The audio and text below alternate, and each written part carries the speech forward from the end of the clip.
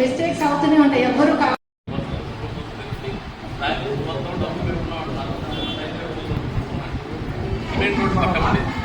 ఏ madam గారు కూడా చూపించాను మొన్న.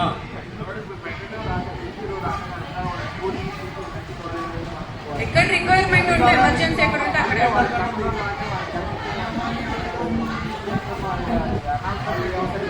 ఏం చేశారంటే వార్డుకు 1,00,000 రూపాయలు అయిపోయినాటికి ఆయన అప్పటికి మనం రాలేదు మేడం, మంద కాదు కదా, దానికి మనం ఎందుకు ఖర్చు పెట్టాలి? మీరు అసలు తీర్మానం ముందు ఎట్లా రాశారు? ఇవన్నీ నుంచి 2 లక్షలు పెట్టారు.